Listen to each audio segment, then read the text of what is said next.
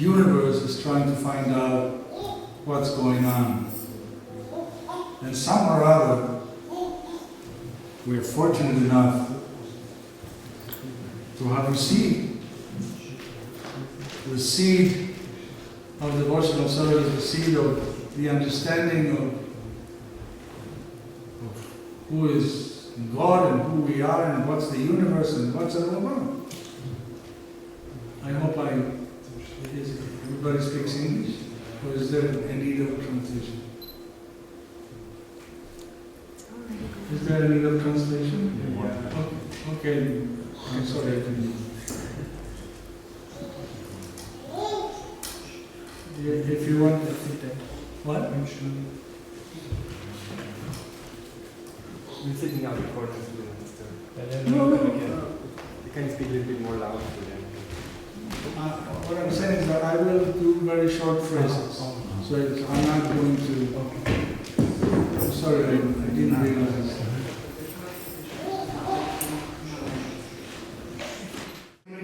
To speak about Krishna and to share Krishna consciousness, as I was saying, it's a great fortune. Everybody is looking for God everywhere, either in man-woman relationship, going to the moon, acquiring money, power,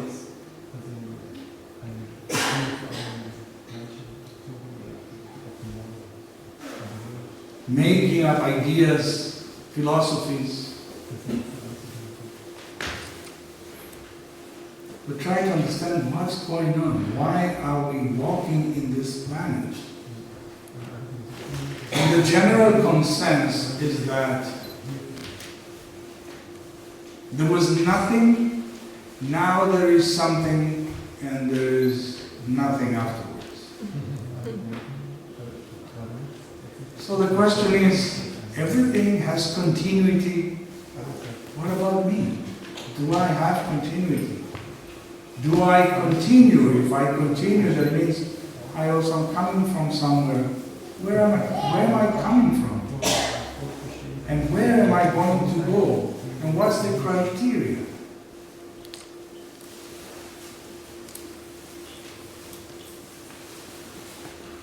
So knowledge is extremely important. Without knowledge, it's simply like Prabhupada very crude. You know, crude? Crudo. Raw. You know raw? When something is not cooked, it's raw. He is saying in a very raw way that without knowledge, life is simply a life of cats and dogs. And he insisted cats and dogs. Some people get offended. You know, we say cats and dogs, we say cats and dogs. Not only cats and dogs, camel and asses also. And that is a scriptural translation.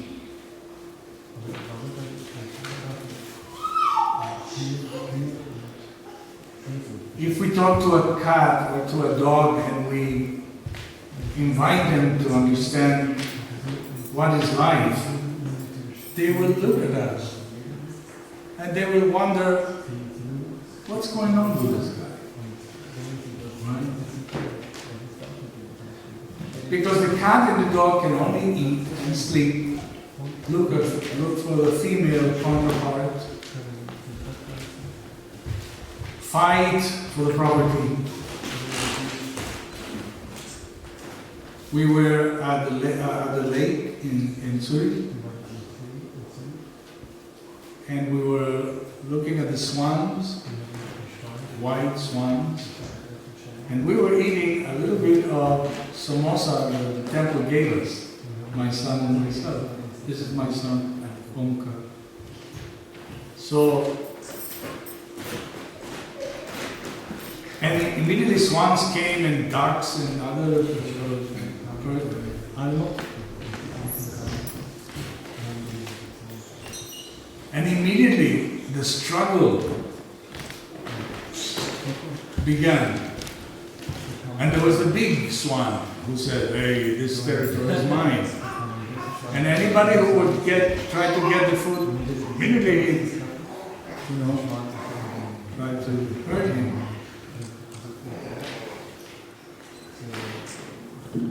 And out of so many human beings, animals is already not in question. And out of so many human beings, Manusanan Sahastrastu Kastujatati Siddhi. Out of so many human beings, maybe somebody comes to the position of asking questions, trying to understand what is life all about. What happens with that is that you have too many doors. Which one should I open? And the quality of the door to be open is proportionate to the quality of your desire, your honesty, your sincerity. That quality of door will open. If you want only some meditation, a little yoga, a little breathing, and all is one and everything is okay, you're okay, I'm okay, then that door will open. And there will be also some spiritual, some master, some teacher who will teach you that. And you will charge for that too.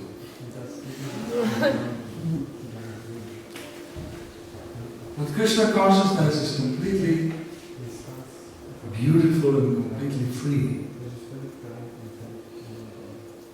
At one point, there was a disciple, I believe it was Madhvacharya,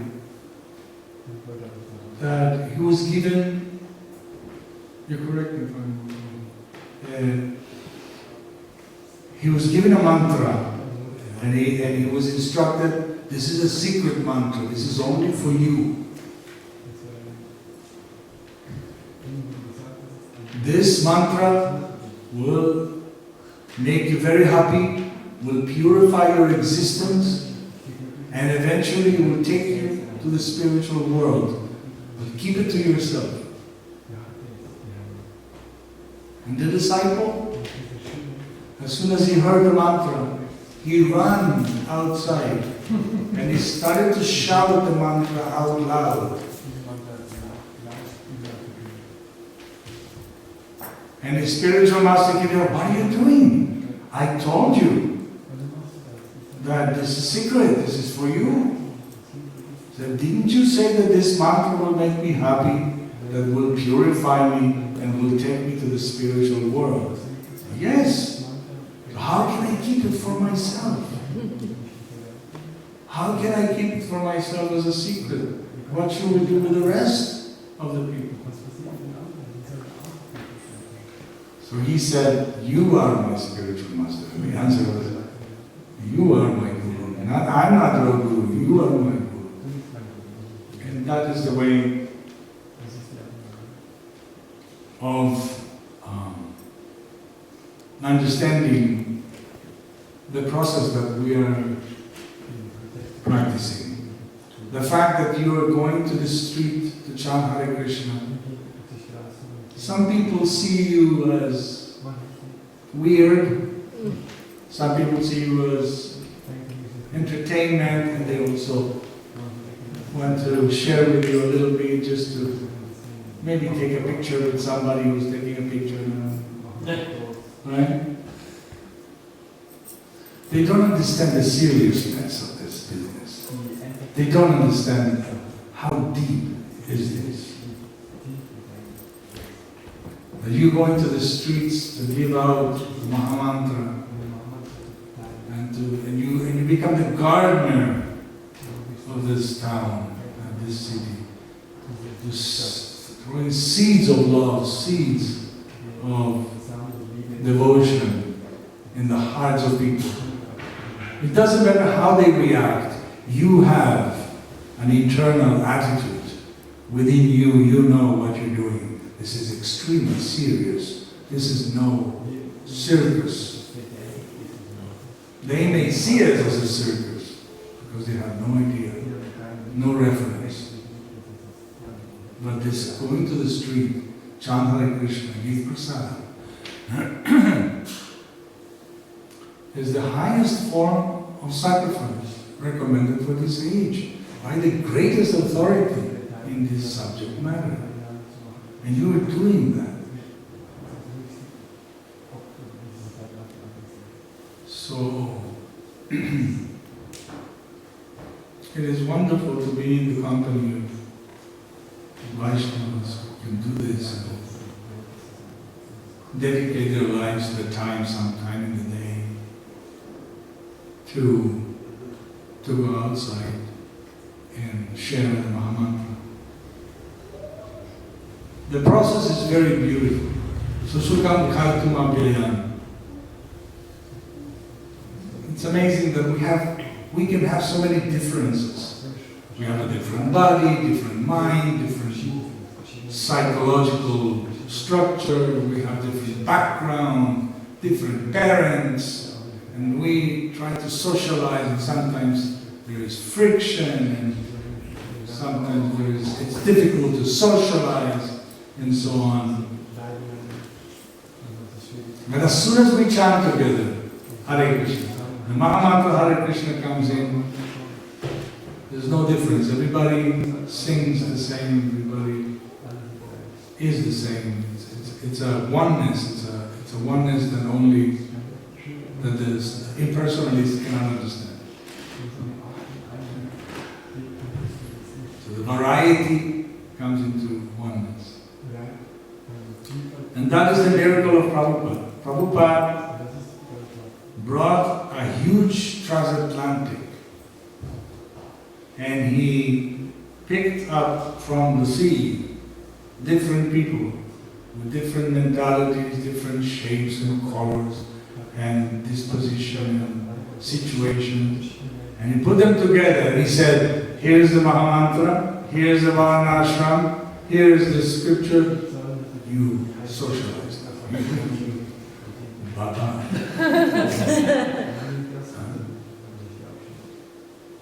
And here we are, okay, we're dealing with such profound heritage, serious and profound heritage. It's our duty to take this in our heart and in our lives very seriously and try to share it not only between ourselves but with the rest of the world. Srila Prabhupada's legacy. Just think about it.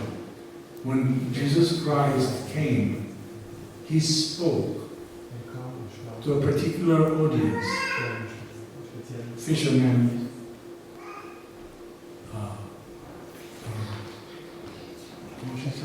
shepherds, right?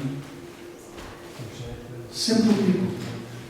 Therefore, his message was very simple, using metaphor and similes to try to make people understand. This was his audience, so he had to adapt. The message of the Bhagavad Gita, the Bhagavatam, the Chaitanya Charitamrita is given to high intellectuals, because it's, and therefore the level of information is at that level. We not only have given that God is great, but what does he do? How does he look like? What is his activities? Why? Who? Every detail related to transcendence and the spiritual world is clearly explained. So, if Jesus Christ spoke just the basics, and he got such a huge success, it's a Christian world. It doesn't matter if it's Protestant or it's so many branches. It is still the influence of one man, speaking very basically. You can imagine what is going to happen in the future when humanity discovers Prabhupada's legacy. What's going to happen to this world when they discover the treasure. There's a story about Srinivasacharya in the pastimes of Gaura Lila.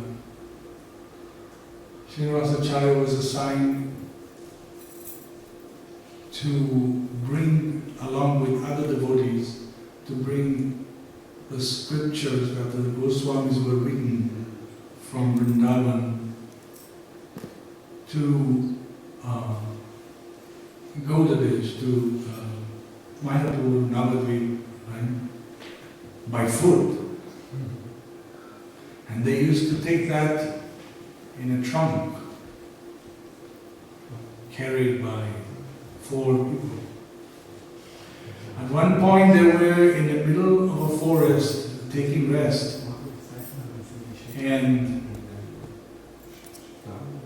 in a particular kingdom, and the advisor of this king told him that he could see in his mind's eye, he could see that there was a big trunk with a big treasure being carried, and that it is there in the forest. So the king sent several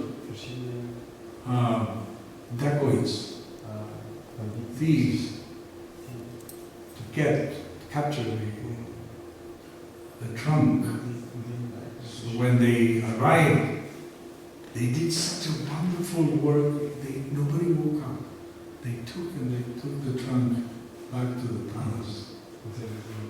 And the king came around and he started to open it. And when he opened, he saw script, written words in paper. Well, it was not paper, it was leaf.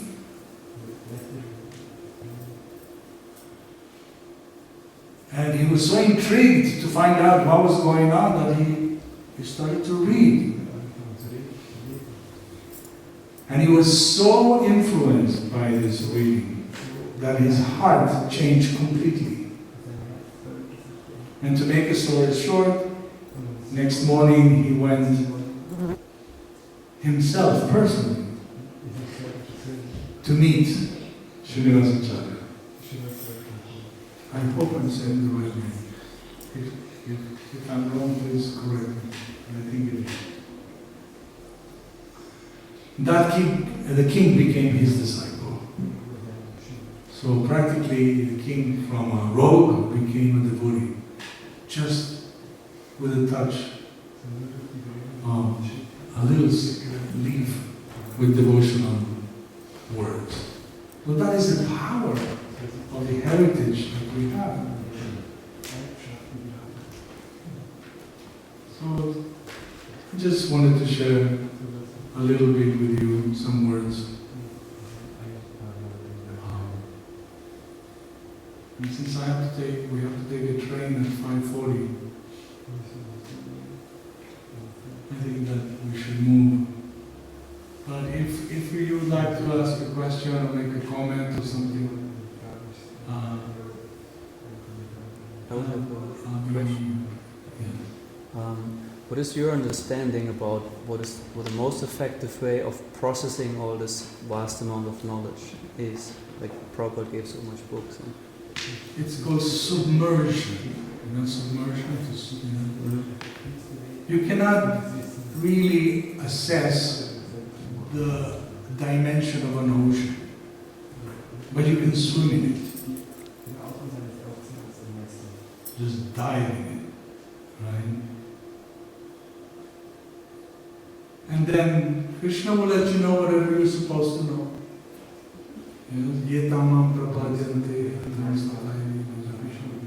In proportion to your sincerity, to your devotion, to your service, to your honesty, then you will be given whatever it requires, what your heart requires, what your mind, your intellect, everything you need.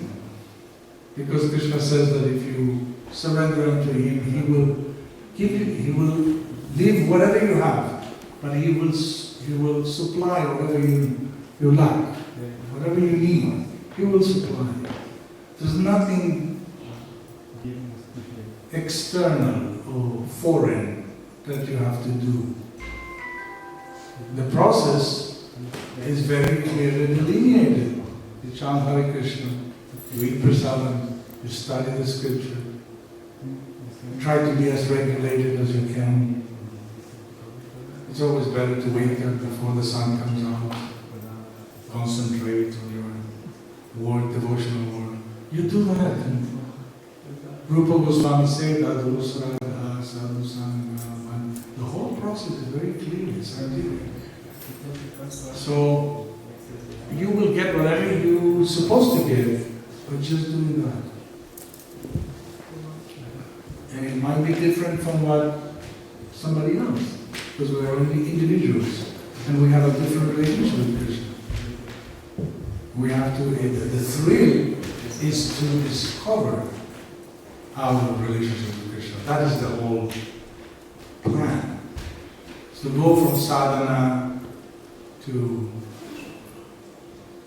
spontaneous love, intense love, and at that point, our identity, real identity in relation to Krishna will be revealed.